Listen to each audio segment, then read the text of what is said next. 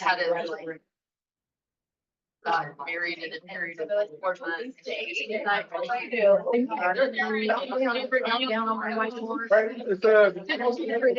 Meeting order. Yes. Then said pledge allegiance. I pledge allegiance To the flag of the United States of America and to the republic for which it stands, one nation, under God, indivisible, with liberty and justice for all. Welcome all.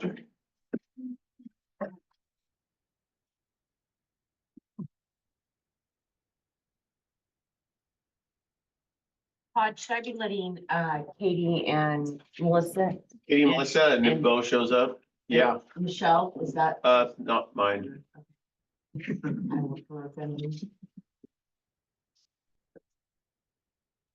You'll take a minute, probably. There we go. Everything's very slow. Public forum, sign up in the back here. Who wants to sign up back there?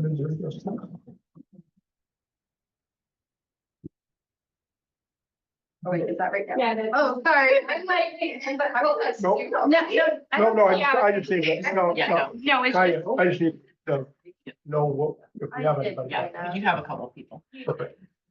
So then under announcements, we're gonna start with Frontier Charter Schools Annual Evaluation Report. We have Todd in the audience and a couple of people online. And then their report or their evaluation is slated for an action item later on in the agenda. So now would be the time to ask them questions after the Sure. presentation. So Todd, if you want to come up. Sure, absolutely. And Melissa and Katie, I think you guys should be able to unmute yourselves. I don't think we need me to do it. All right. We Thank can. you so much. We spared you the PowerPoint. We were talking a little bit about the process and what Rob kind of came up with, and then give you a chance to ask questions for sure. So, at charter schools, we're under a law that says you got to have an annual performance audit and a annual fiscal audit and the financial audit, and it feels like we're just in a constant audit cycle, which we are. The financial audit, this is not part of it, but it's more compliance, make sure we're doing what we're supposed to, a good steward of public funds. But the performance audit, which we turned in tonight, has two parts mainly. The operations part, which is compliance, but also efficiencies and best practices and how can you operate as an organization better. And then the academic component too, which is, to me, is really an important one because it's about the spirit of improvement. And so we used, it was the first time we've used Dr. Rob Hess. He's a former superintendent. He's very knowledgeable, all things school and operations. And his company Breakthrough Consulting did it. And I'll be honest with you, this is the first time I really felt it was a useful tool for the school for improvement. And I really appreciate the way he laid it out in our discussions as we went through the process. So, overall, Rob, nothing jumped out that would alarm anyone. We're very compliant. He said that's one of our strengths is very compliant. We pay attention to that. Melissa is definitely our compliance police. If you worked with her, she knows what she's doing and make sure I'm paying attention too. So that went real well. He also mentioned that the staff's very satisfied, very happy, and they are. And we knew that coming in, and generally our parents are and our students are. And we do operate. I will get into how the mission of our school, but we basically try to maybe emulate the teaching and learning component like a building has in a virtual environment, where a lot of schools are just, here's the stuff, click, click, click, click, click. So we don't get the masses because a lot of people want that. That's not us. You got to show up, you've got to engage, you've got to work, and we expect learning outcomes to follow. And so we keep this kind of steady enrollment. So we are always looking for more kids to make sure we're fiscally viable to keep operating as an organization, but we'll never see those big numbers like those corporate schools.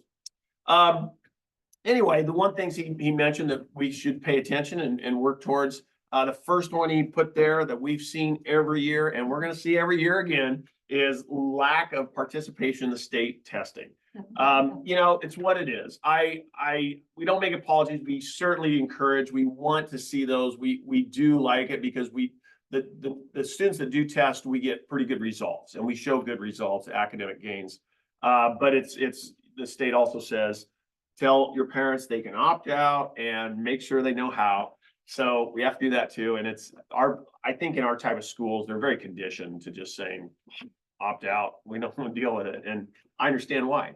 Another one he pointed out was and we left it on there. We had an opportunity to talk to him and get rid of some comments, but I just left it on. I thought it was a good one to be a reminder. And that is, okay, so if you're not getting good participation in the state test, what kind of universal assessment tool can you use?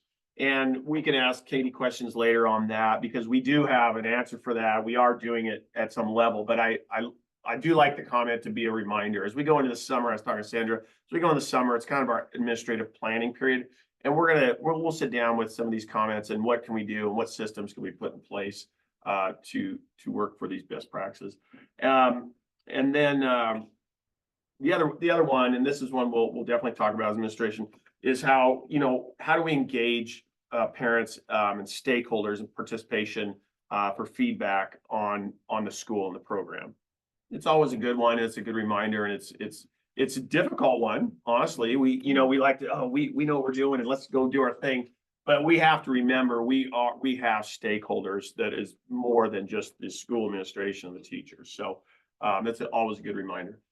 Outside of that, I think it was, it was a good experience. And once again, I don't think anything would surprise you. We're doing well. We are. And enrollment is always a focus for us. We want to keep that going, and getting kids across the stage on June 7th is a focus. So those are our big focuses internally, no doubt.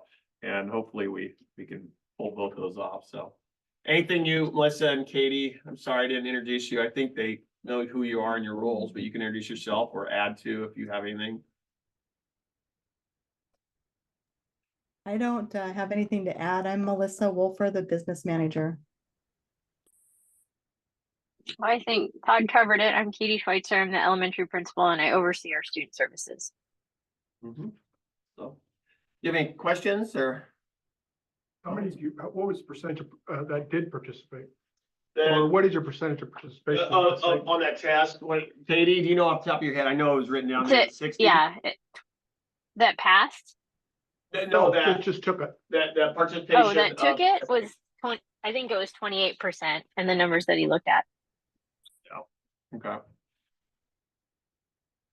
Yeah, pre-COVID, we used to go to, we got a lot better participation because we actually went out to their communities and we would be within 20 miles generally of where they lived. And that was good. Then we test face to face. I really loved it. It was an effort. It cost a little money, but I loved it because you got to know kids, finally got to know kids and watch them grow up, especially the 11th graders you test. And then you watch them walk the stage the next year. That was a lot of fun. But COVID, the state changed how we can do things. And so obviously we're just staying at home and we're not doing it. Everything looks good. Yeah, thank you. No, I mean, overall it's going good. And we appreciate the relationship once again and hope We do. hope it continues. Yes. Only talk to you Wednesday. Thank you. Yes.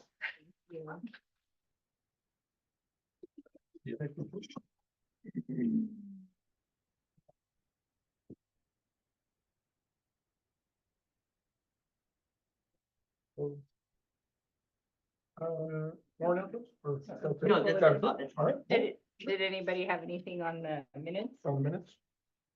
No? Nope. Okay. Okay. Then I move that the Jervis District #1 Board of Directors approve the school board working in executive session meeting minutes April 9th, 2024, and meeting minutes April 16th, 2024. I have a motion. Second. Have a second. And all in favor? Aye. Aye. Perfect. Okay, now we have public forum. So I just need to read something real quick and then we'll have. Public participation in the board meetings. Statement by members of the public should be brief and concise. The chairperson may adhere to her discretion of time limit on discussion of or oral presentation by any visitor on any topic. Speaker may offer objective criticisms of school operations and programs, but the board will not hear complaints concerning individual school personnel. The chairperson will direct complaints to the appropriate means of board consideration and distribution of legitimate complaints involving individuals. At this time, member of the public are invited to present concerns to the board.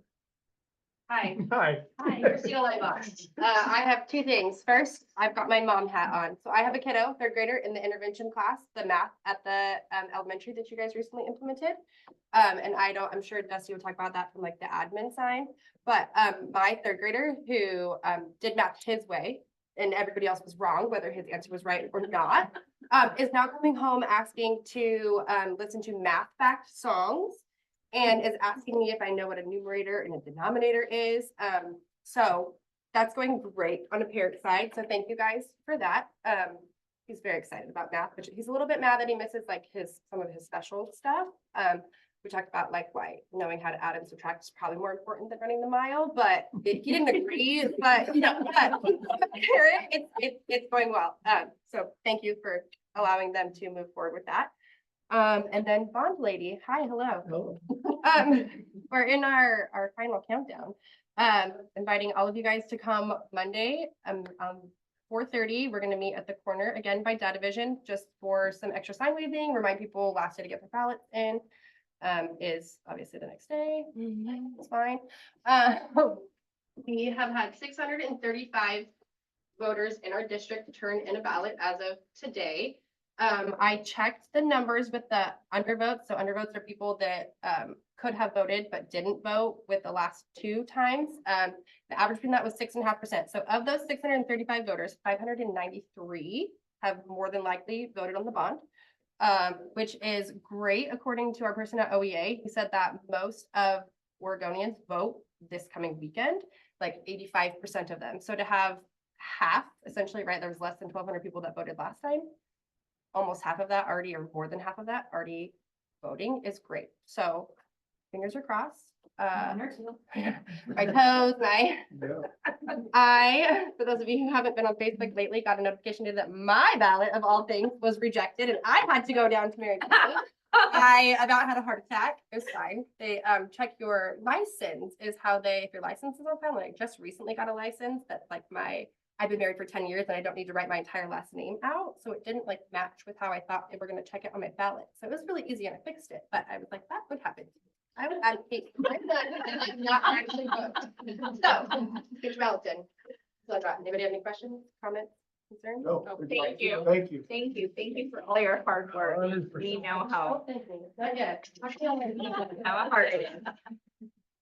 Okay. I do appreciate all the signs I'm seeing everywhere. Yeah, I could have heard. I'm like, I love it. Like 40 big ones. Would have been great. Okay, student council report is next, and today we have Gloria and Gabby with us.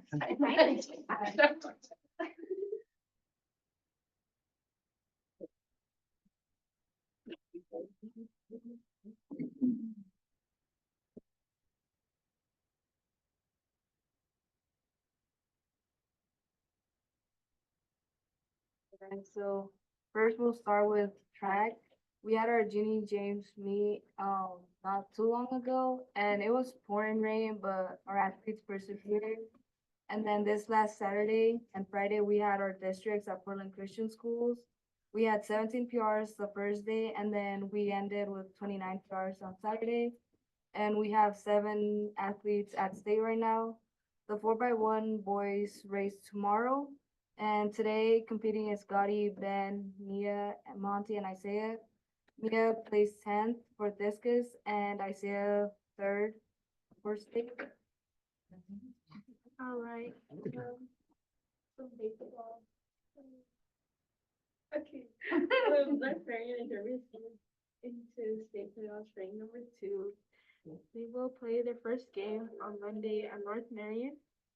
And then some things that leadership has done are the car wash last Friday for Teacher Appreciation Week. And then new offices will be announced on the 24th of May. Spirit Week is coming up from the 20th to the 24th. Marshall Volleyball is the 22nd and Powder Puff is going to be the 24th. And then FFA had a plant sale that started April 28th and is going on every weekend up until May 19th. there are gonna be, the upcoming FFA officers are President as Harper Frost, Vice President as Kopi Orlov, Secretary Daniela Barrios. What? Oh, okay. Andre as Treasurer, Reporter as Alex, Centeno as Lucero, and their Assistant Advisor is Jennifer. And then our college and career center just took some of our students to Astoria for a job corps. They took students who have like challenges with their attendance, and then they also took students who aren't interested in college and are looking at alternatives. They also have this, what I call the golden checklist for seniors, because I don't know what they called it, but so it's a checklist. And then the checklist consists of like FAFSA or like filing your FAFSA ORSA, submitting your baby photos, and then Oregon Promise application, and like other stuff that are important for you to graduate. And then once you complete the checklist and you like turn it in, you get a $10 gift card to either Starbucks or Dutch Bros. And then you also get submitted to, or get a raffle ticket to be entered into a raffle to win bigger prizes, such as a touchscreen laptop or Beat headphones. But they are being like processed as our college and career is trying to get them approved to, because I don't know why, but they can't just like give them all, like give those away. And then they are also sending students to Winfield for a leadership camp of 3 days later. And then some events that they had were like a night and I guess the Oro organized celebrate Cinco de Mayo. They win tickets, get food, fun candies, snowstorms, and be able to plan activities like Loteria, Pink Face, and getting them space hated, and there's stuff. And then there was also a healthcare fair last Thursday at the high school. And then there was ice cream first come, first serve, and then also shaved ice. Many students that probably showed up and participated. We had bingo in the cafeteria and the bucket. That's all of our things. Thank you. Thank you. Thank you very much. We have staff reports next. We're gonna start with the elementary school.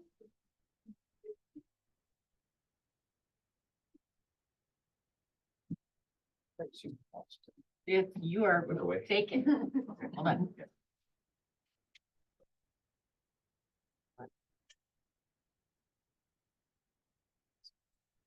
Well, thank you so much for letting us come. And I guess before we talk about the school, a big shout out and thank you.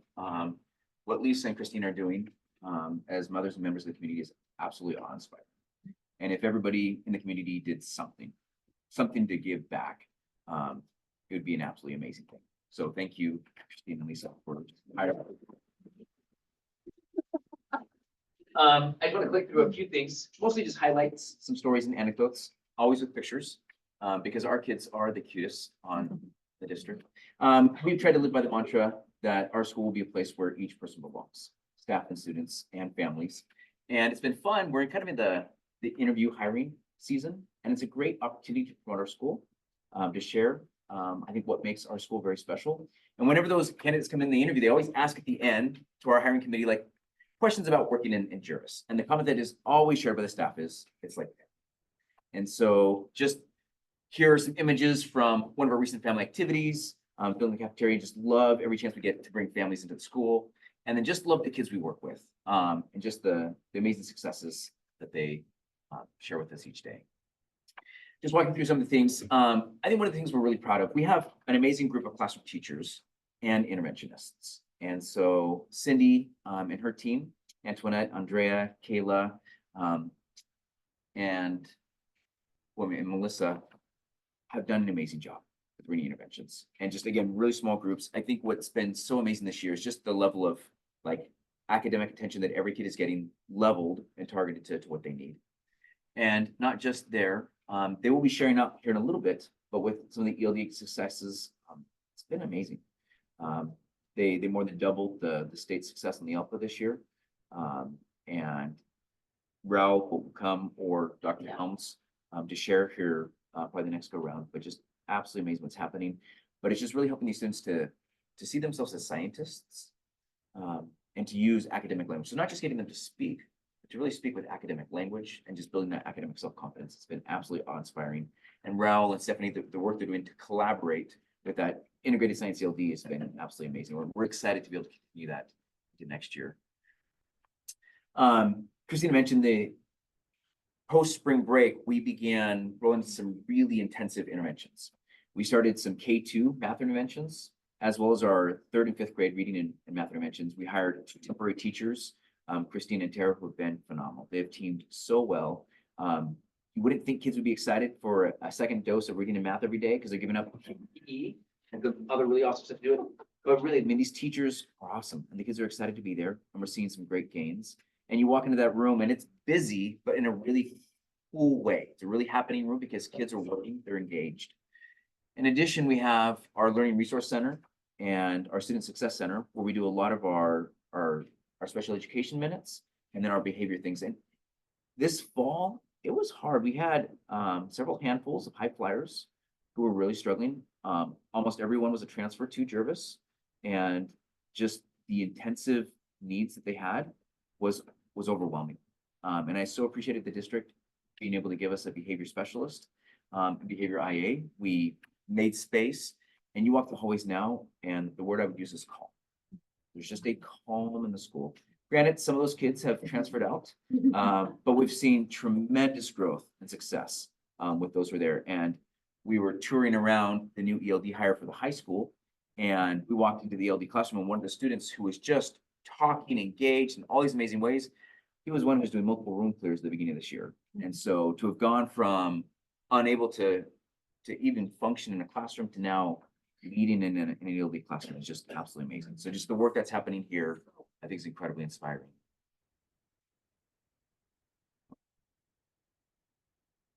Everything's delayed. I don't know what's going on. Just click it again. Yeah.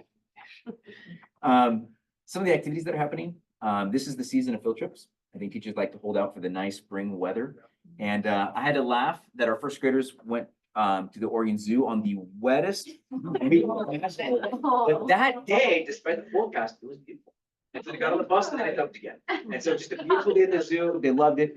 We had contingency plans in place. I was loading all the kids on the bus and asked, hey, if the buses don't make it back, you have to stay at the zoo. Who are you going to sleep with? And it was funny, all the animals they came up with, right? The bears, and that was pretty cute. And then our 4th graders went to the OMSI, and that was absolutely awesome. And so just kids are excited to have these opportunities. We're so grateful that we can do some amazing field trips for them. I think a real highlight this year was the talent show.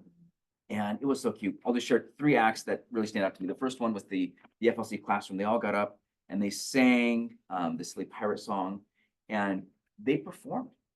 To have them there performing in front of the entire school was absolutely amazing. And when they were done, the gym erupted. It was so amazing. That was a lot of fun. Galfi is another. She's a 2nd grade student who wanted to perform. She was gonna dance to a Taylor Swift song, and then every time I talked to her, it was a different act. It kept changing. Then she was gonna sing this, she's gonna do that, and then she landed on she was gonna sing an original song. That's great, but she needed someone to play the piano. So, I don't know how you play piano. Original song, you're the 2nd grader. But what ended up being is she got on the stage with a microphone by herself. She freestyled a song about how much she loves our school and her friends, and about kindness at recess. And to have had a girl literally get up in front of 400 people to have done that was amazing. So proud of her. And then the last one, Dylan wanted to do some RC car tricks. He was going to make a little video of it. I said, we're taking it to the gym. And so he and I built ramps out of scrap wood in the basement. And so that was his first construction project, was building ramps for his RC car. And it was so much fun. The kids had a blast and no one got hit. So it's all good. And then it was really fun on Bus Driver Appreciation Day. Charlotte organized the masses to come outside in front of the school with signs, cheering them on as all the buses pulled in. But just super appreciate all of them. Again, those are the first smiling faces and the last ones they'll see from our school experience every day. Just really appreciate the relationships that they have with them. Some other assemblies. We had the Magic Science from Mobile Ed. And Mr. Keith went through physics and chemistry and optical illusions, and they weren't tricks. He was, like, there's science behind all of this, but it was super fun. And then, of course, we had Skeeter the Clown come over this week promoting the circus. Had some really fun tricks with her book and balancing peacock feathers that had the kids super engaged and enjoying. And then there's lots of ways to tell kids you love them. And we try to tell them every day in as many ways as we can. But popcorn with candy on top is a great way to say we love them. Right? So it's just fun whenever we do that. And popcorn ends up everywhere. But I happily sweep it up afterwards because it's great. And we had some boys who needed a restitution project. And so they helped me clean up outside. And they afterwards, they were like, best project ever. I'm like, absolutely. But it was lots of fun. And then I really appreciate, Kaylin Dees is an amazing assistant principal. And she has just been so proactive in working with families, working with students, with attendance, behavior in particular, has been amazing. We've been doing V-Bucks just to honor, each week we have, right now we're doing compassion, the different attributes we want to celebrate and catch kids doing the right things. And so, and then we have this cart of all these little fun prizes to celebrate them. It's just been absolutely delightful. Kids who struggle are so proud of their stack of V-Bucks because they've been caught doing all the right things. And that's just a great way to motivate kids that even when you don't think people are watching, they always are. And then we've been trying to partner with the preschool, and it's been really fun. They've been coming over for our specials, and we did a preschool tour. They came into our kinder classrooms, and just a lot of fun watching. And it's also, eye-opening when you're like, oh, boy, we got some busy incoming kinder.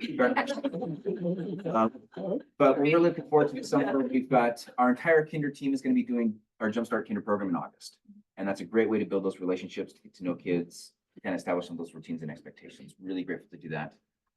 And then just when I look at the clubs that we've done, it's just, every time I look at the list, it astounds me what we've been able to offer. This is because of the Latinx Success Grant that provided the money. It's because of the staff that put in all the time, energy, and effort to make it happen. And there's no school in the region that is offered even a fraction of these. And it's absolutely amazing. The kids are so excited. Whenever I walk in with club stickers in the morning, the kids just, it's like Christmas. Every time you walk on those club stickers, they just have absolutely loved it. And then just, again, some of the pictures, the engineering class has been great, doing a lot of, electrical, mechanical type construction projects.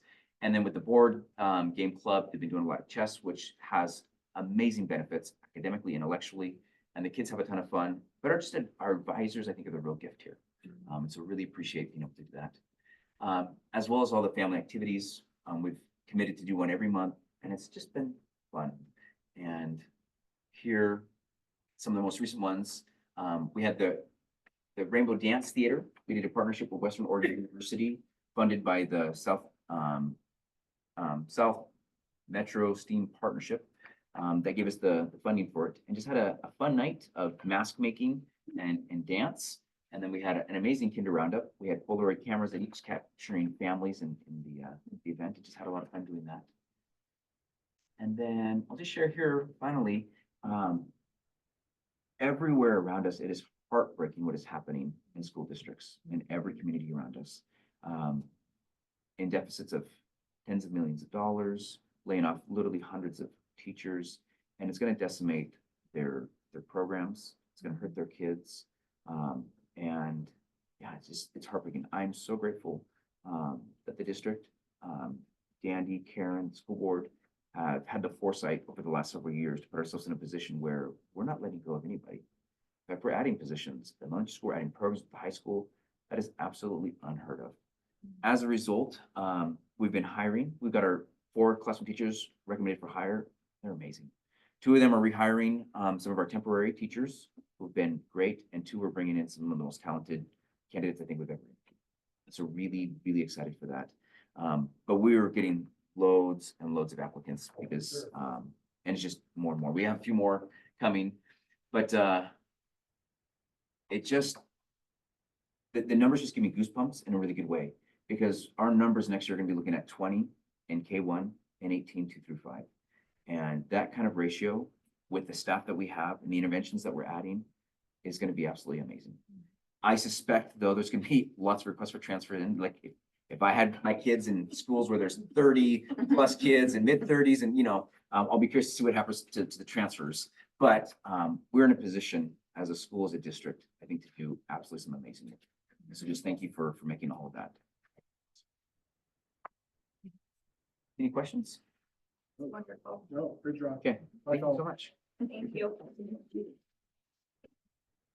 Okay, up next is Tony. Middle school.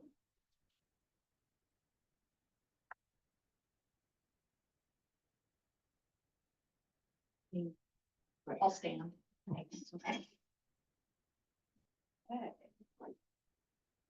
So I was looking back at my last slide presentation and I was shocked at how much happened between then and now. It's like there's lots of stuff that has gone on in the middle school. So just kind of tossing in some of our winners. So this is, I give kudos where kudos are due, and Julie. Julie came up with this grand idea. I'm assuming they did it at the high school and the elementary also. But for the month of February, if you were there 90% of the time, your name went into a hat. A name was picked out. We did it at our all school assembly. And Stepan Chernyshov is the one that won for that month. He's a 7th grader. Picture here on the left is his younger sister who's in the elementary school. And then Saban is to the right. He's in the high school. So it was very cool to kind of hit all 3 of them. Just very quickly, a comment that was made by mom to Maria, my office manager, was that Stepan was supposed to be gone in the month of February to a family outing. And he said, no, I don't want to leave. I want to stay here and go to school. And he stayed home, actually. They had to find somebody to help him, and he ended up winning the prize. So very, very cool. So I was really glad when they sent the pictures in. So they went to a Timbers soccer game. This was the March winner. This is Leslie Bazan. She has a sister that's in the high school. Allison is a freshman. She has not done this yet. She wasn't real excited when she won this at first, and that's because she's never been to Bull Windows. No idea. She had no idea what it was, and I'm like, oh, this is so cool. And I was trying to tell her everything that was with it. And then just a couple weeks ago, Julie got the card for her to give it to her. And when she was there and I handed it to her, and she had to have mom or dad come in and get it because it was a $300 value. Her eyes got about that big around. She had no idea it was as big of a deal as it was. So very well deserved. She's a great young lady. She's an 8th grader going to the high school next year. All right, so OBOB. So I thought I'd give some basic information because you may or may not even be familiar with that. So OBOB, it's the Oregon Battle of the Books. It happens in elementary, middle, I think even high schools. We have our team of 2. So I actually put out questions to Amanda Braswell, who is the coach for this, and asked her some questions like how many books did they have to read? Total of 16 books. They are books that are chosen by OBOB. So these are middle school level books. They could have each read 16 or they could have split it up. And I think they each read 16. The last I talked to them right ahead of time, like Boston on the right was like, as they were leaving to OBOB, she was reading the last book and trying to get that last book in. The competition was on March 2nd. It was in Timber Ridge in Albany, and it was delayed for 2 hours. That was one of our snow days. Oh, no. So that was actually, it was delayed. They thought it was going to be canceled. I was getting texts in the morning from Amanda, like, oh my gosh, the kids are really upset. But they did have it. It was just delayed. I asked how many schools competed. She said in this region alone, there were 24 schools. There are 12 regions total. So that tells you how big of a deal there is. That's 12 for just 6th through 8th grade. And we're in region 2 East. I asked how they did. They made it to the final 4, which is what they're showing there. Look at those proud faces. I love it. They did lose to Blanchette here, who went on to the final round. The 2 teams that went to the final round actually competed on to state. So they went to state. Wow. A good thing to mention is most teams had 4 students plus a 5th alternate. This team had 2. Yeah, had 2. Zach is on the left. He is a 7th grader, and Boston is on the right. She's an 8th. We also had Pentagames. So if you're not familiar with Pentagames, it's a math challenge. It's a math competition.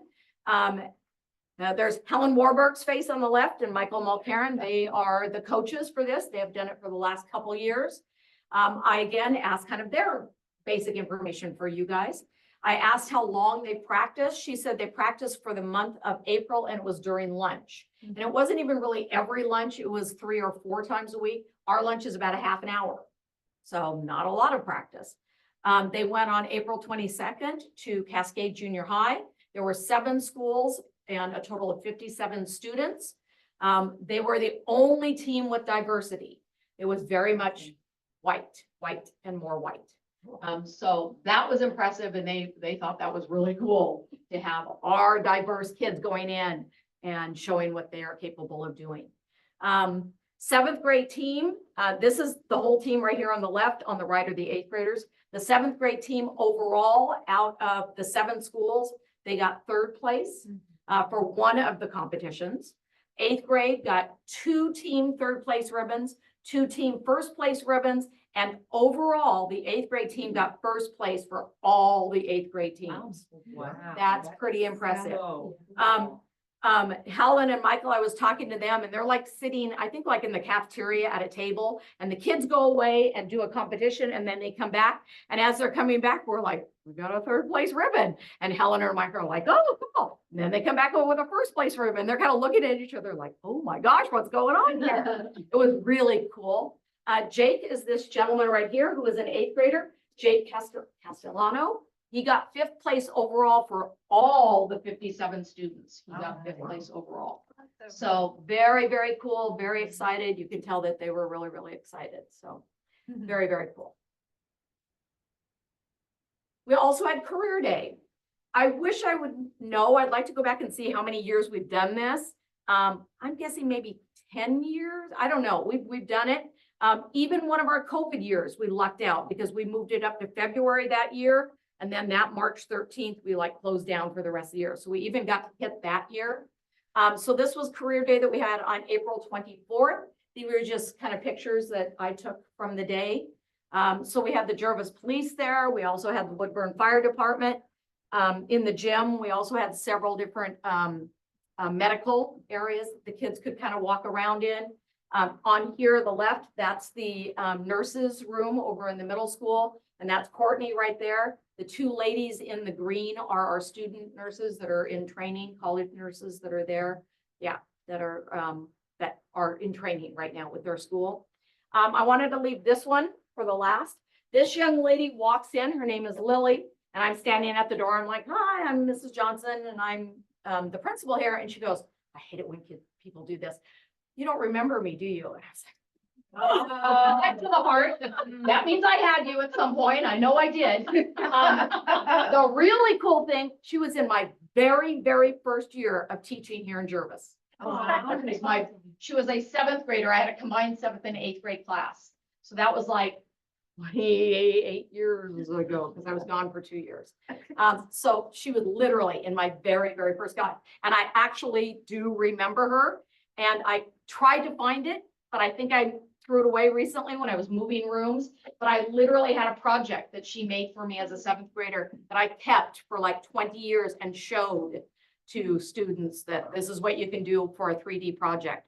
And she is an emergency room nurse and also is school nurse at St. Paul. So very cool to have a Jervis graduate come back, be there. Yeah, so she has a whole bunch of stuff, and this was one of our 8th graders that she was pretending to do something medical with. So just kind of tossing in here, these are during our all-school assemblies. This is March and April Academic ACE. Academic ACE is something I started last year. So we do it about every other month, unless it's kind of an odd month, which we did these 2 in a row. These are picked by the core teachers, and they pick like if you teach 6th grade math, this is my top 6th grade math person for this month. So these are all academic for all the different subjects in the school. This is Student of the Month, which we do every month. There is a different theme for that. For April, it was effort, which I love themes like this because kids that aren't your straight A students are getting recognition. And I really love that because sometimes these kids, they work their heart out, but they're never going to get an A. That's okay. They're doing the best they can. That's what's important. And we need to recognize them. So so this is the group of kids. Again, it's every classroom teacher. They look and they pick from their homeroom class. So that way it's all spread out, all grades, all ages. On Wednesday, Ms. Aloha, who is our counselor, takes students to different like fun. So this is when school gets out at 1 o'clock. They all leave about 1:15 and they're back about 3:30, 4 o'clock. The requirements to go to this are basically 2, that you have to have passing grades and you have to have good attendance, whatever that happens to be. So they look at basically the last thing and if you, and she tells them, you know, next week we're going swimming and you have an F, you're not going to be able to go if you don't get that grade up, and they do. So there's an aquatic center that they went to. I'm sorry, I think it was in Malala, but I'm not sure. Yes, I'm seeing a nod. So Malala Aquatic Center, and then this is a ice skating rink that's in Sherwood that they went to. So I thought I'd toss in, I know Creighton's going to give a really much better spiel here probably in a few weeks, but we've have, I'm really proud of our alpha testing that we've come back with. We're definitely going up that hill. We are definitely doing better and better. This test, if you do not know, is the English language proficiency test. It's given once a year around April-ish. In this year, in 2023, we had 7 students that passed. We had 1 that passed last year. We had 7 that passed this year. So we're definitely getting better and better. You must earn a 4 in all areas: reading, writing, listening, speaking. So you have to get a 4 in all areas. We had some that were literally in tears, and I was almost in tears also because they passed like 3 of them and they missed the 4th one by like a couple points. I literally tried to talk to Creighton. I'm like, because like an example, let's say, I'm just going to make up a number. Let's say you have 235, but then it said plus or minus 35 points. Well, it didn't matter if it was plus or minus 35 points. If you didn't get that 235, you didn't pass. And so my comment was, why do they have that plus or minus if they're not going to use it? And he was like, there's really nothing we can do about it. Well, then take it off. Don't have it there, but we have nothing to do with that. But yeah, we had a couple of kids that literally missed passing 1 by like 2 points, 3 points. He did say that they're talking for next year. It hasn't been approved yet, but basically it's like passed and not passed, that there's an in between that they're going to do. Like you almost made it. I mean, hopefully that will help. But kids were pretty upset because they really tried really hard on this, and it's a lot of work. It really is. Is where the best they can get? Yes, they had to have, I think, a 3 to pass, right? Yeah. In all areas. In all areas, yeah. At least. Reading, writing, listening, and speaking. So, my numbers went off here, but that's okay. Okay, so this is English language arts testing, state testing. I just kind of wanted to play with it. I've been playing with numbers here a little bit. So to kind of make this make sense for you. So this is this year's 6th graders, okay?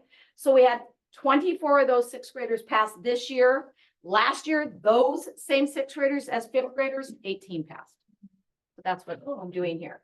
This year's 7th graders, so far 18 have passed. Last year, those same kids, 11 passed. And this year's 8th graders, 10 passed. And as 7th graders, 11 passed. We are still getting a few in. Total so far, 52 for this year, and last year 40. So we are getting better. Still have a ways to go, but we are getting better. So I thought it was just fun to see how did the kids do last year compared to this year. We still do have a little more to come in. We have most of the tests in. I have one more slide. This is also English language arts. So just comparing. So 6th grade, we have 24 out of the 64, so 38 of them have passed. I wanted to compare that to the state. So that according to the state, 39 have passed. Those numbers aren't great. I admit that since COVID, we've all digging ourselves out of a hole. But especially sixth grade, Jervis is very close to the state. Seventh grade, 18 out of 51 passed, 35%. The state it's 41. Eighth grade, 10 out of 49 have passed. That's a 20%. State is 38. Interesting. I don't really know why. I know sixth graders care more. As you get up into eighth grade, it's like, it's just another test and I just want to be done with it. I tried to use it. I call it the carrot and the stick this year. And in fact, I was just talking to Michael Mulcairn just right at the end of school saying, I really think that has made them care for state testing.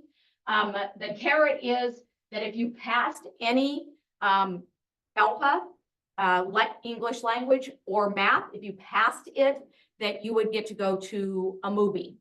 And sitting in an admin meeting, I just found out that you can rent for like $300 the Silverton movie theater. You can take as many people as you want to it. It was like score.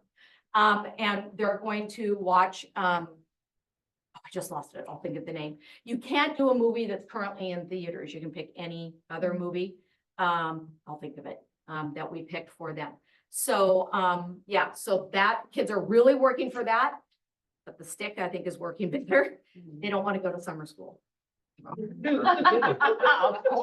a stick that, okay, if you're not passing the state test, especially by a lot, guess what you get to do is summer school. They also are in the middle right now of doing iReady. iReady is the computer test.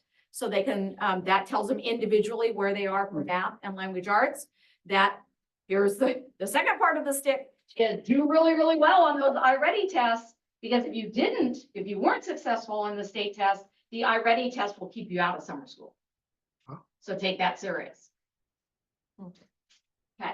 So we have received 164 out of 183 students. So we still have 90. So we have 90% of the English language in.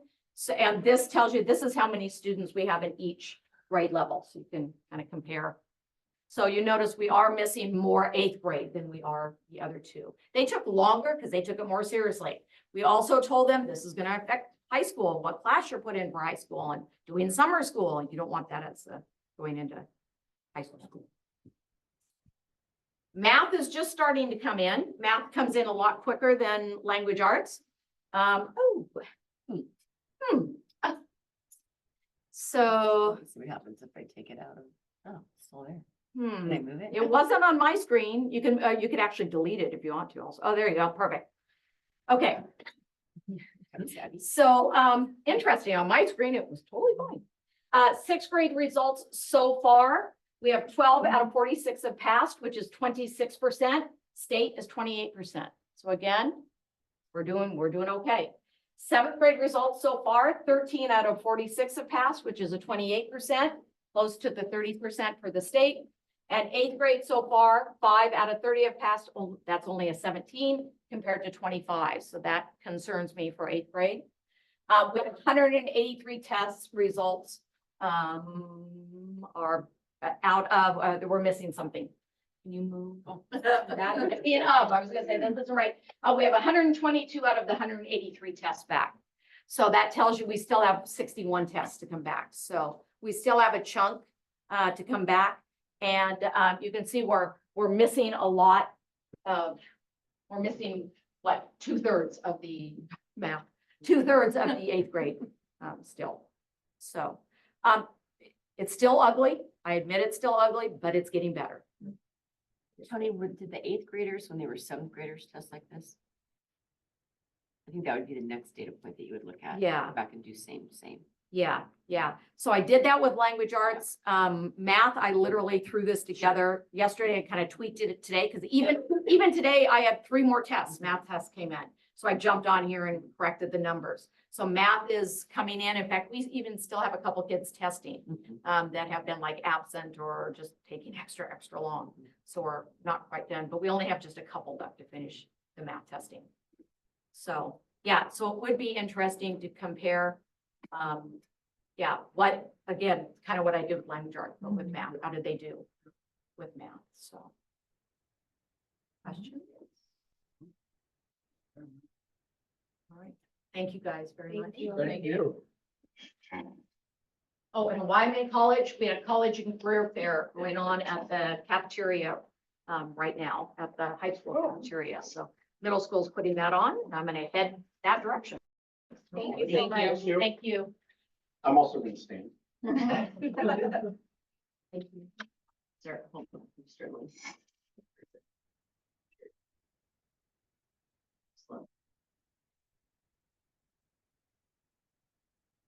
Good evening. I know the bonds in the back of everyone's mind.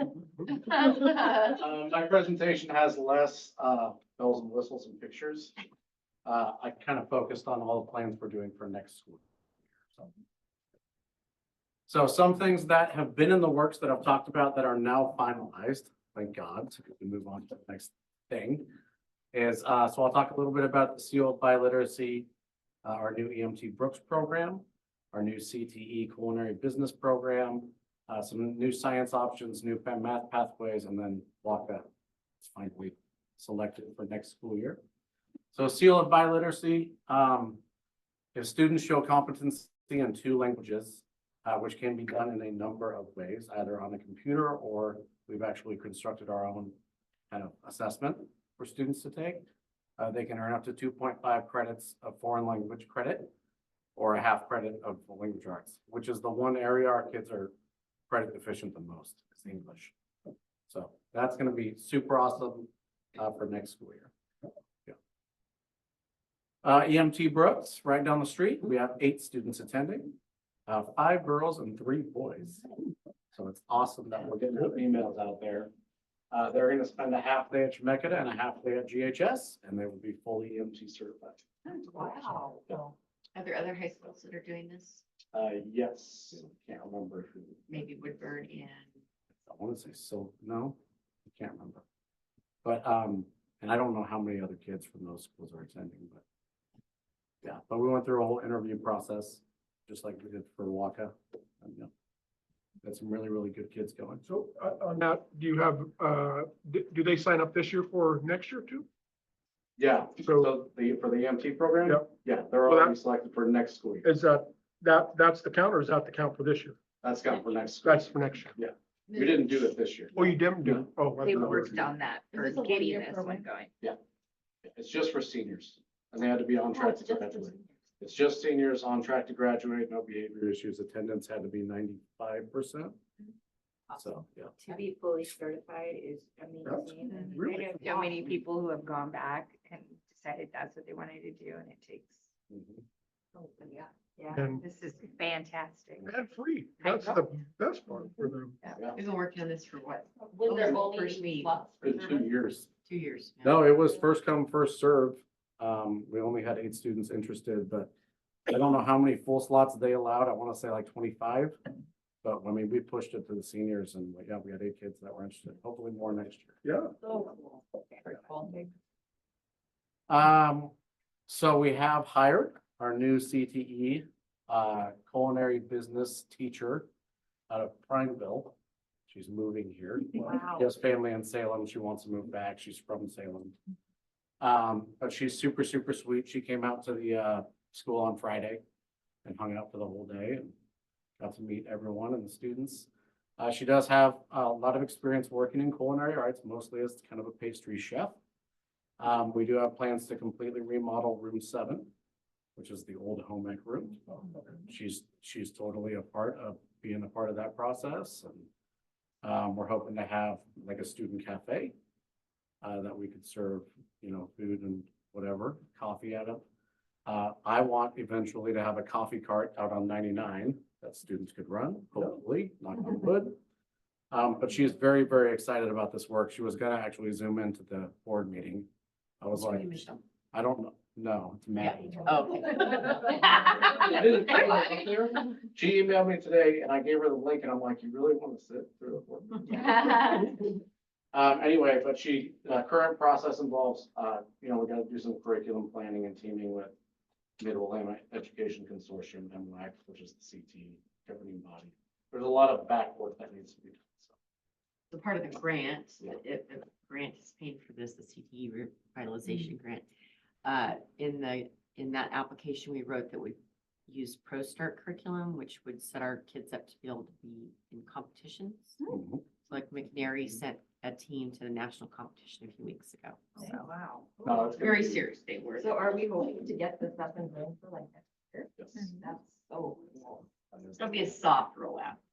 It'll be a soft rollout. I would go mean, back to high school for that. we totally, Like that. we totally hired the right person too. Yeah. She's young, energetic, and just.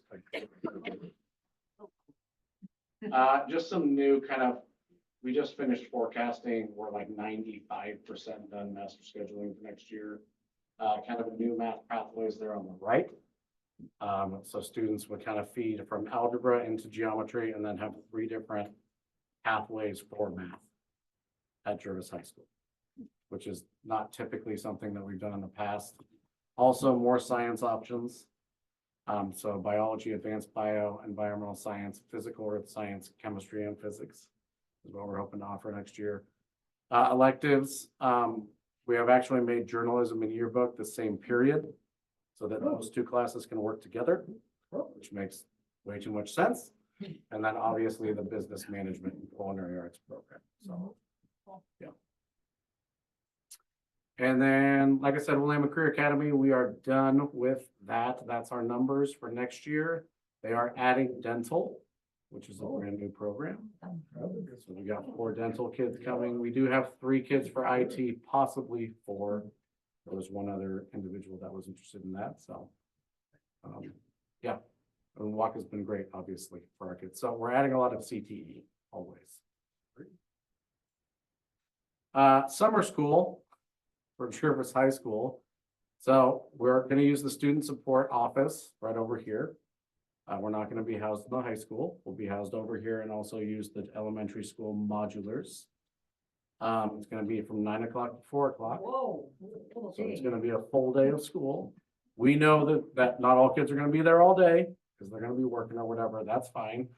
But we're gonna be here 9 to 4. We've, no Juneteenth, because we can't. And then we are taking the whole week of 4th of July off. But it's gonna be in June and July. So like what dates? They're right there on the flyer, June 18th. Through the 28th. And And then then July. July 8th through 30th. Wow, that's long, man. I think, wow. But hey, I mean, but it's primarily credit recovery. Yeah, it's perfect, yeah. But we're also gonna like teach some English classes, right? So students will actually, and Amanda Braswell from the middle school is gonna teach some English classes. We've already hired 4 teachers and 4 IAs. Some of the IAs are gonna be doing phone calling and door knocking, and try to get the high schoolers in here who need to be here. So that'll be a big part of it. How many do you technically have that are qualifying for this credit recovery? I think I got a letter. So, Back to high school. Yeah, I feel.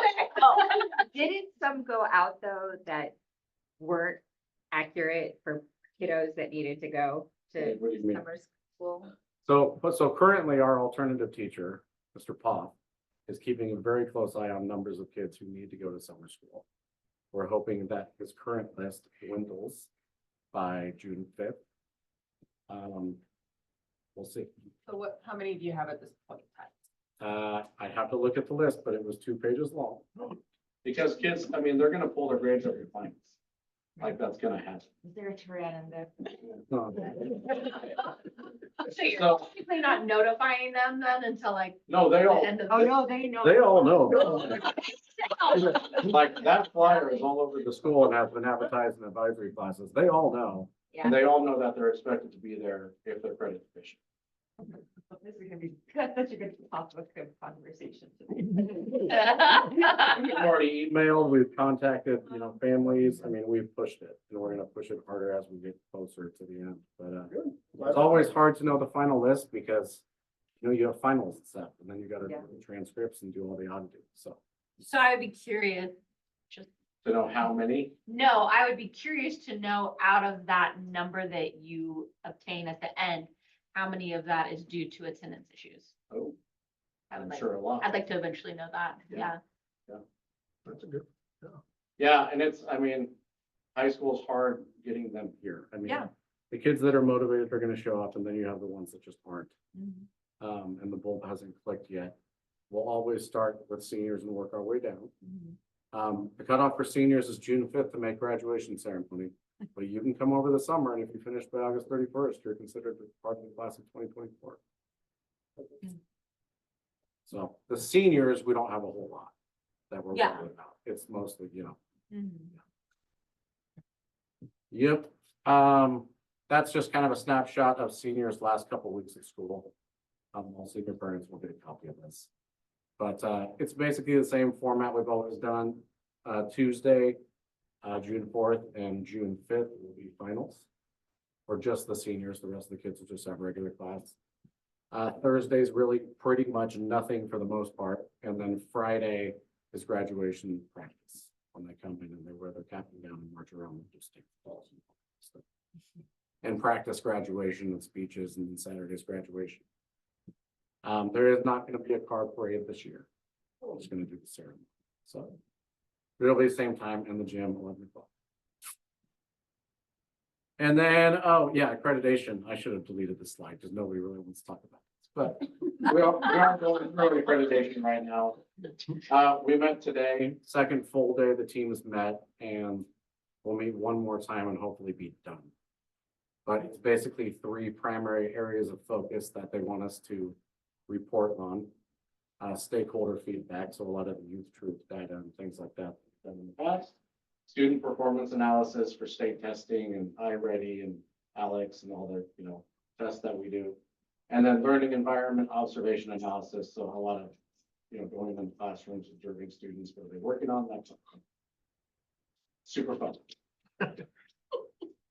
And a lot of work. And then Doug and Andrew are summer planning. That's Doug and I right at prom. We had a good time. Prom was great, but we already have 3 pages of things that we want to talk about over the summer. I mean, Doug came in the middle of the year, so he's been fantastic for us, but I mean, him and I just have this running list. It's like, okay, when you talk about this, we're gonna talk about this, we're gonna talk about this. He's in Eugene right now for the state track meet, but yeah, very cool. That's all I got. Thank you. You guys have any questions? I do have one more question. Yes. In regards to students and the amount of credits that they have to have through the 4 years. Is it like a tight fit of those 4 years? Like, so if a student fails one class, The only wiggle room yeah, because we switched for the semesters. right. The only wiggle room a student will have starting next year is their advisory class. Because advisory is 0.25 credits. So they have wiggle room to earn 1 whole credit of elective throughout high school. That's the only wiggle room they get. Wow. We've upped the rigor a lot in the last 2 years, and which is good. But we're still kind of fighting that battle a little bit. There's one other thing I'll bring up. We are contemplating going away with some cell phones next I would love that. Yep. year. And so 100%. we are, Hey, you got kids that are coming up that are used to it. Yeah, So that is true. but we're looking into possibly doing cell phone lockers Yeah. and that kind of. Classroom. So they can still have them, during lunch and passing time and stuff Sure, like yeah. that. You're gonna turn it in when you're. Yep. Right. Because it's taking away too much Oh, yeah. from the learning. Teachers are sick of fighting the battle. Yeah.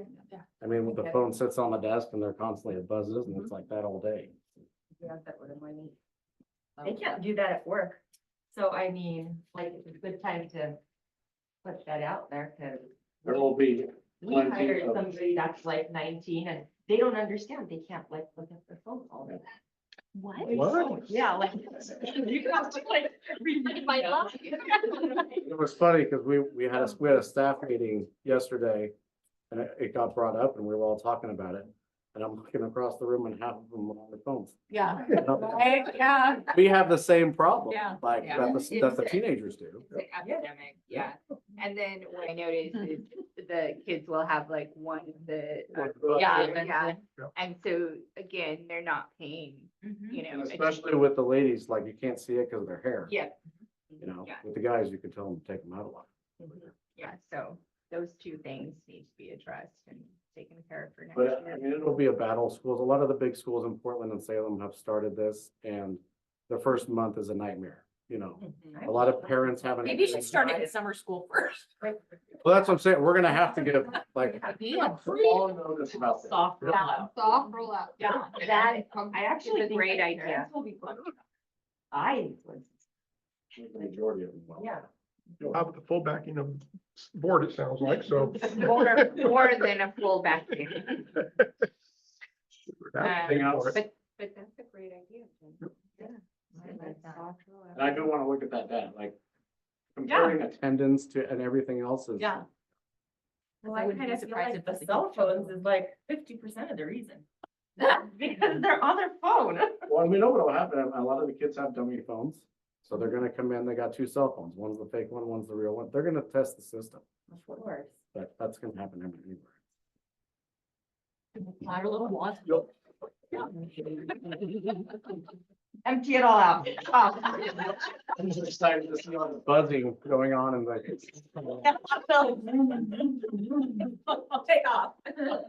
Well, thank you. Thank you. Yeah, thank you. Thanks, very good. Miss Karen. The next contestant. Not stand? Yeah, you can stand or sit, whatever you like. I'm sitting. You know, a talent show, you can do some talent for us. I'm gonna bring it down a few notches. Okay. Been exciting. Back to reality. Now to the numbers. I was thinking about, you know, as we're talking, it's like, maybe I need like a student who helps in my office, and then I can record all my doing.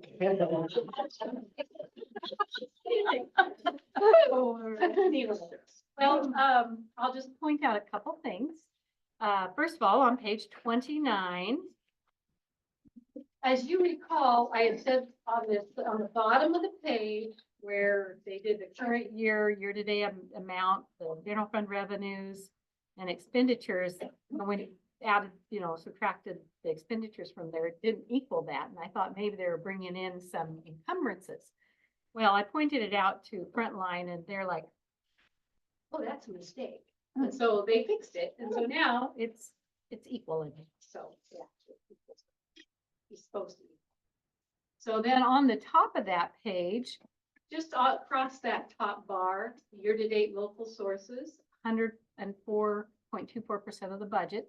And we know that that is primarily due to our taxes being more. And I did a quick kind of comparison on the local sources bar graph. When you move from the 22 to the 23 year, it's a 12.2% increase. And these are primarily the taxes we collect. And then from the 23 to 24, it's about a 12.5% increase. And that, you know, because it is quite a steep climb. And you know how we kind of the state only allows for a 3% increase in your assessed value as far as, you know, it pertains to these taxes. So I'm feeling like most of this is because of the new housing development that we've got in. So, and then just we're moving across that bar, the year-to-date state sources, we're at 89.86% of the budget. And of course, we have one more.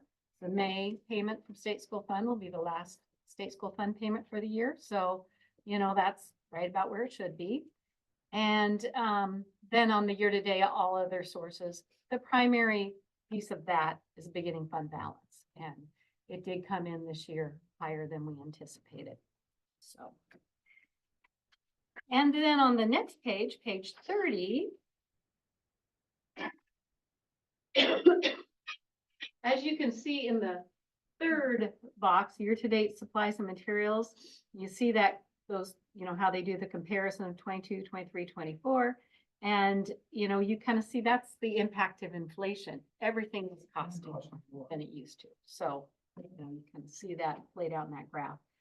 And then if you go down to our benefits, I like the way they broke this one out to show retirement, insurance, and then all other benefits, because you can see that our insurance is what we pay the most on, you know, and right now for license, for example, it's $1,600 every month. So it adds up. And then the second one is our retirement, which are our PERS payments.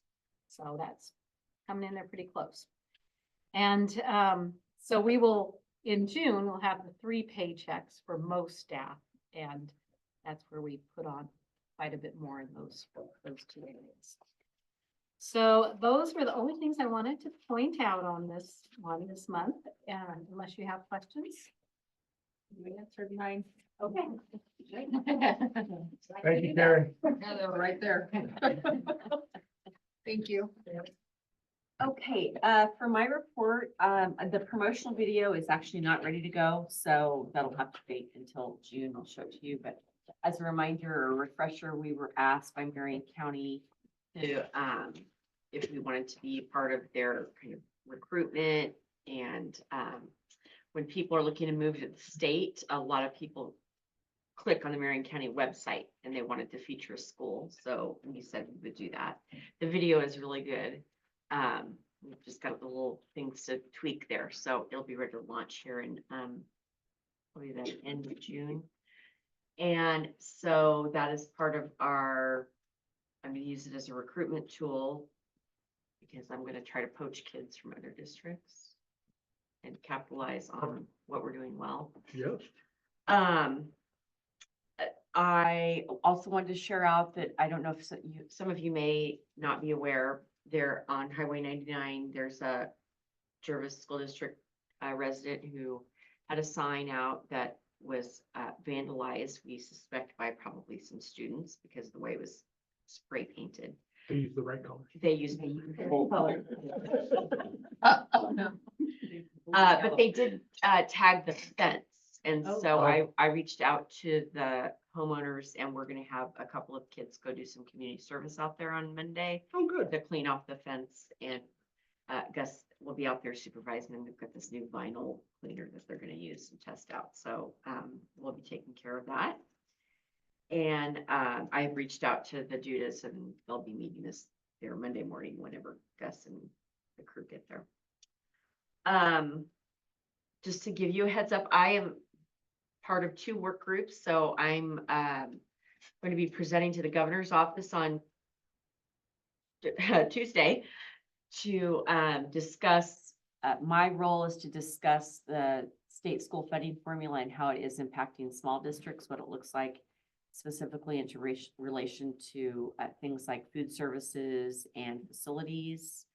So there's a total of 15 of us from across the state that are presenting to the governor's office. We're starting to do a lot of pre-work right now so that when the legislature gets going in January, that we've already got the message out that our funding formula is not aligned, needs to be reconfigured. And then I'm also part of another work group with COSA that is doing some advocacy work for our school districts in terms of making sure that they don't touch SIA or the integrated plan monies. If they start taking those monies, you're saying, hey, that money should replace part of general fund dollars you get, then that we will be in trouble. Because we've built a lot of programs using that money.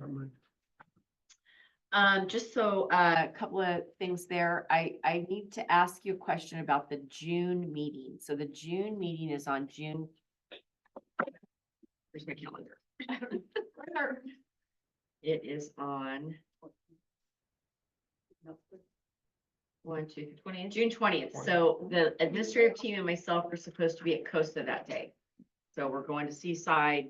That's where we do our annual planning. And so I didn't know if you were available. So there's a couple of things.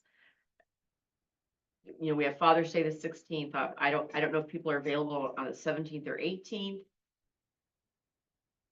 The week before that, on the Thursday, the 13th, is our end of the year staff party. So we couldn't do it that Thursday, but I could do it 11th or 12th. We could do it at the end of the month, but I'm going out on surgery, which is another thing I'll tell you here in a minute, on the 28th. So I don't know that I'm.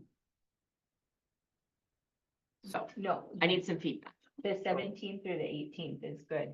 for me. Tuesdays don't work for me. Okay. So I I can could do do the Mondays or Wednesdays. I can't do the How about the 17th. 12th, June 12th? Wednesday, June 12th. That would work. Yes, that would work for me. That works for me as well. Yeah, so why don't we do that? Okay. Have that sorted. Yeah. Okay. And I won't be at the July. meeting. Well, we can talk, well, we have that as a Good. discussion item later. Okay, good. The other pieces I want to discuss with you is that, so should Tuesday not go the way we're hoping it goes, I think you need to be prepared to call an emergency meeting so that you can take action in directing me to move toward closure. And also so we can set an amount for, retention bonuses for staff. So that we can relay to them, we want you to stay, we need you to stay. And if you stay with us you start the year with us, you get X number of dollars, and then when you finish the year, you get another X number of dollars. And so Karen and I have just not had time to figure out, kind of what that looks like, because that money would be coming out of the Frontier Charter money. That's what I was gonna Yeah. ask you. Yeah. Yeah, and I 100% back that plan. So if you had to do an emergency meeting, so the vote is the 21st. It's possible that we really won't know. I mean, we'll know by Friday, the 24th. So the following week, 30th, that's Thursday. Yeah, I'll be back. Mhm. That's May 30th? Mhm. Yeah.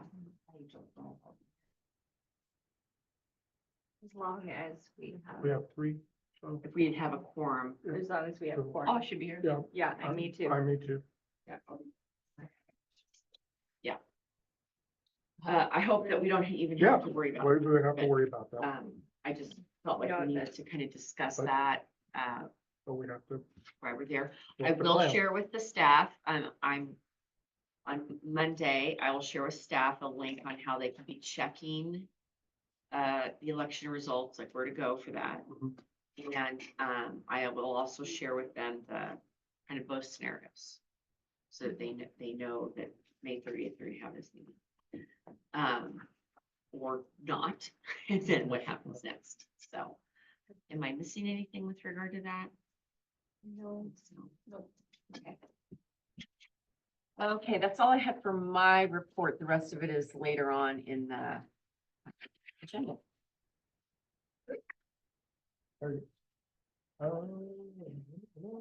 Anything on board focus there?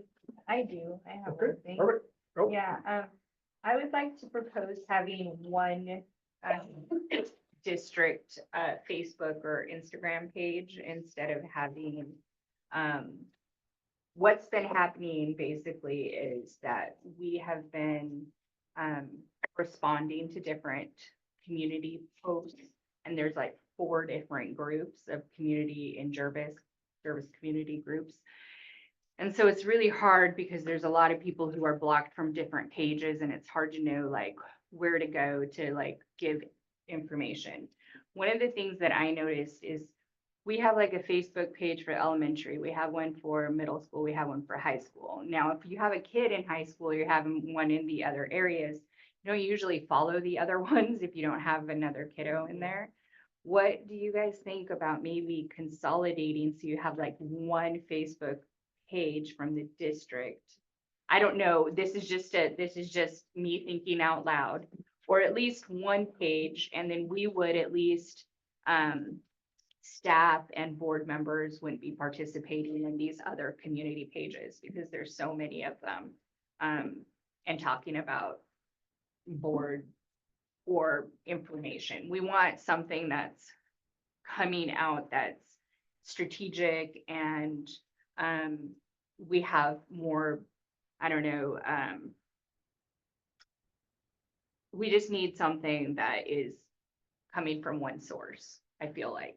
And so these last couple weeks have been pretty contentious online and it's been pretty toxic, and I don't think it's good for the school and I don't think it's good for our students. So I am proposing that we have like basically one page that we are sharing information on. So I would like to get feedback from the rest of the board members on that. I don't have a problem with that. I don't get on that often, so we, I mean, I don't know about, I like the idea of having each, school have their own page, and that's really helpful, I think, for our parents. I just feel like maybe we need something that encompasses district things that, It's too bad that we do have so many different, I mean, Woodburn has one page, Silverton has one page. I mean, that deals with the community, right? We have 4 different pages that it's really a commute, it's hard. And yet, we really only have one school district. I understand where you're coming from. Yeah. I mean, I mean, I guess I'm not fully understanding like what's hard. I mean, each building operates their own and those people interact with whoever's managing that page, I'm assuming. Yeah, I mean, like, I guess I'm not understanding what our issue is. Okay, so what I have noticed Yeah. is that there's 4 different pages in Jervis, community pages, Okay. okay? This I didn't know. The amount of information regarding the bond has been spread over those 4 pages, right? So instead of having one page from the district where we have information about the bond, community events that are being sponsored here, all of those kinds of things, we need to have one source of information that we're communicating to our community members. Because what's happening is we have the community progress team bringing the circus or whatever, right? And so we, as a district, I think it's basically what city council should be having, which is one Facebook page that gives out information about what's going on in the community. What's happening is we are trying as a board and as staff to give information in 4 different spots. That becomes confusing, and it's not conducive. So it'd be for parents that don't have kids in the. That's kids another that- problem. Yeah, so Yeah. if you don't have one in elementary, Right. middle or high, Mhm. there's no reason beyond those Facebook pages. So I guess if you sign up for the district one, whatever there comes available to you.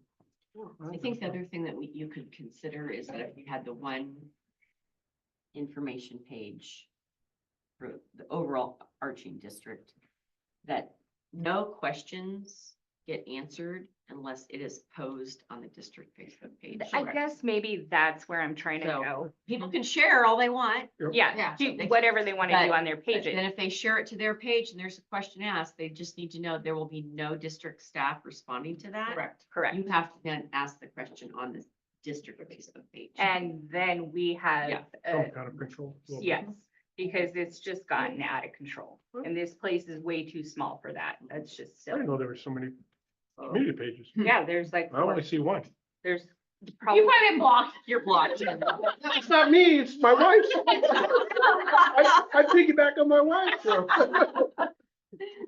there's been a lot of fake accounts. There's been a My lot of MySpace crazy wasn't very stuff. good, so.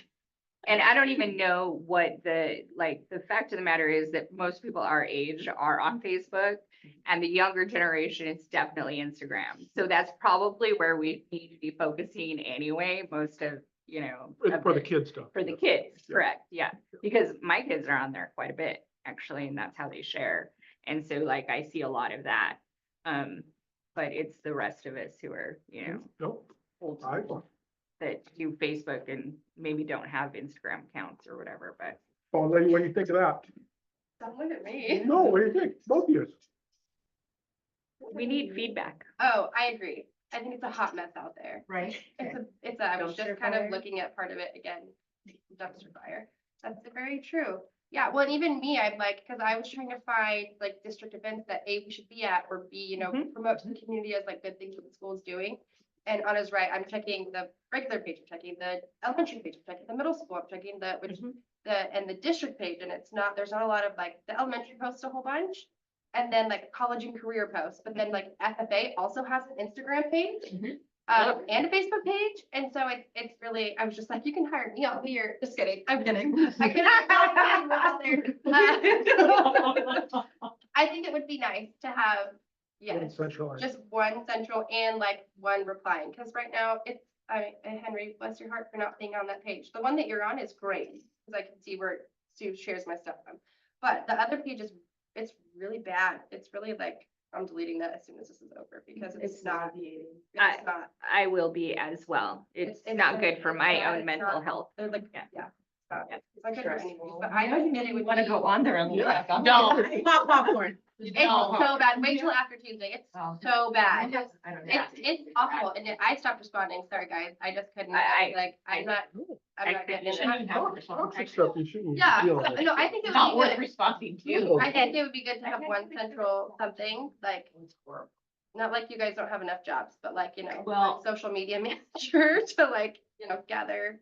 Part of our monies to the ESD for next year that we're using SIA money for is the communications piece, and that person's gonna be on site one day a week, and then we'll work remotely other times. So we can kind of have that person help get us organized and formatting that and figure out what that looks like.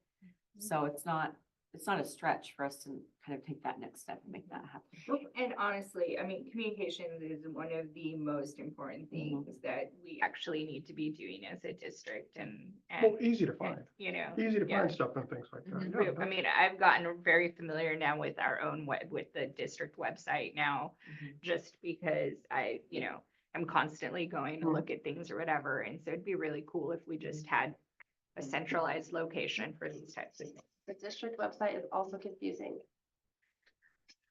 I've got, now that I know it so well, it's not to me, but that. It's a little, I figured it out, but it's we can tricky type to it. navigate and click, and the app too is not always up to date. Like one of the apps that I was on said that Creighton is still the elementary principal.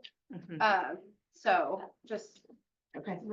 Well, and there should be, I don't know who's running that, but we should have a feedback on one of the pages, like basically feedback about how it's set up or I see. those kinds of things. I have that on like all my pages so that customers can give me. Give you feedback. Yeah.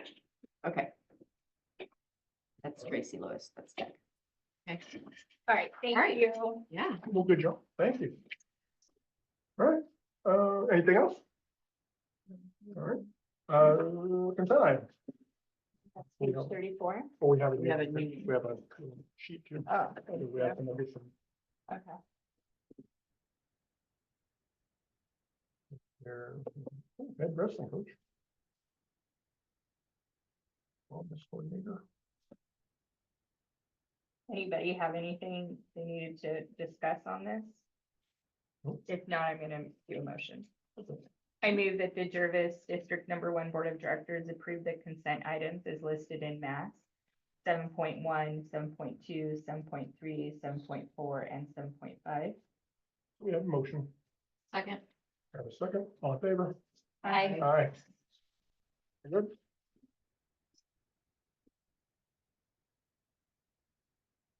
Item, Frontier Charter School Evaluation Report. Page 38.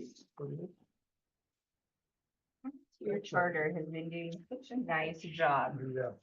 Yeah, From And they and they give us money.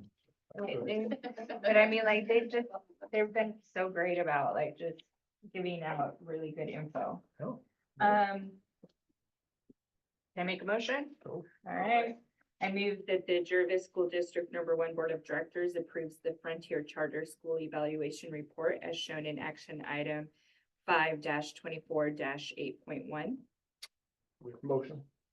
Second. We have a second. Any discussion? Okay. All in favor? Aye. All right. All right. Motion on. Bond update, so, I have I think an 8:30 interview on Tuesday night scheduled with K2 News. I was hesitant to schedule that, but I just decided I would go ahead and do it, so, Tuesday night? Yes, it'll be a celebratory. Going to be a Yes. celebratory interview. Yeah.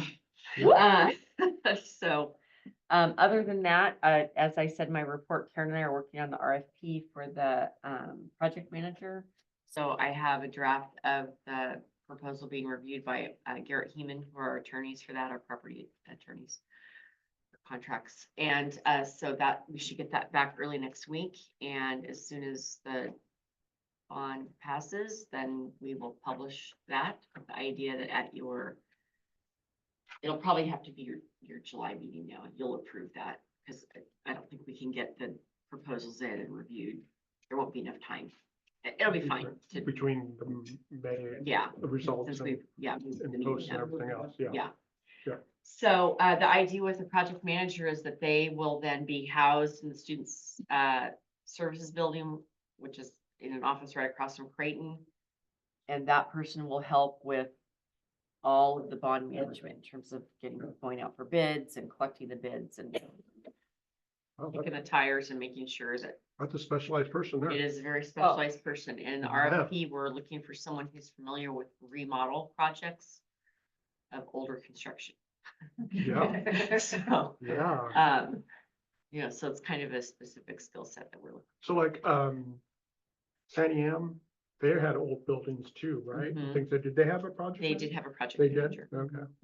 So, yeah, it's kind of the way to go. It's too, there's, I would Oh not my be able gosh, to no, be manager. we wouldn't ask you to do that. But, one more thing for you, Candy, one more thing, it's just small. Fine. They will barely have the bandwidth for it, honestly. Yeah, that's a huge project. Yeah. Oh, yeah. Not to mention, yeah, it's all- Cooling knows what all to public find. money. Oh my God. So that's where we're at with the bond. I had a great phone call from the board secretary at Young Kala. Wanted to know if there's anything she could do to help. Oh, I don't know what else to say. Yeah. So, but they had had a similar situation and, they didn't end up passing a bond, but they got the size of the grants, which helped them out a bit. So, that's all I have about the bond right now. I don't know what else to say. Great. Yeah. Great. Oh, gosh. We've done the best we can do. Now it's gonna be left up to the voters to do what Yeah, they're supposed people to. just need to turn their ballots in. That's 100%. Turn in ours, yeah. Yeah. you just walk around with a box and be like, can you sign it? That is legal, but I'm not about to get hunted down by people because it was already a Facebook conversation. Not happening. Somebody else can do it.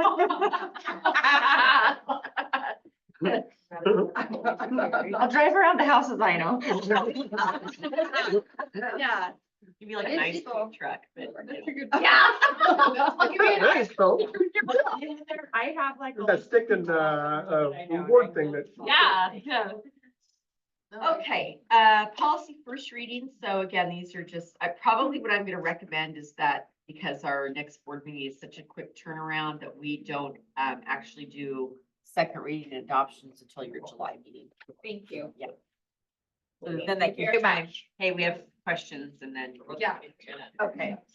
I always got through. I got them. Yes. I know, I didn't give them all, either. I was like, I had no questions. I was like, and I read every word. Yep. So if you have questions, you can We send them always to me. do, and it's just, Yeah. I Okay. ran out. All right, Yeah. very good. Okay. So. Cool. And then the last page of the packet are the proposed meeting dates for next year, July 1, June 30th. So, here's the deal. I have to go out for surgery on the 28th of June, in relation to my car accident. And this was funny. I finally, when I got into the doctor's office and like, okay, yes, you're gonna have surgery. And so how about May 22nd?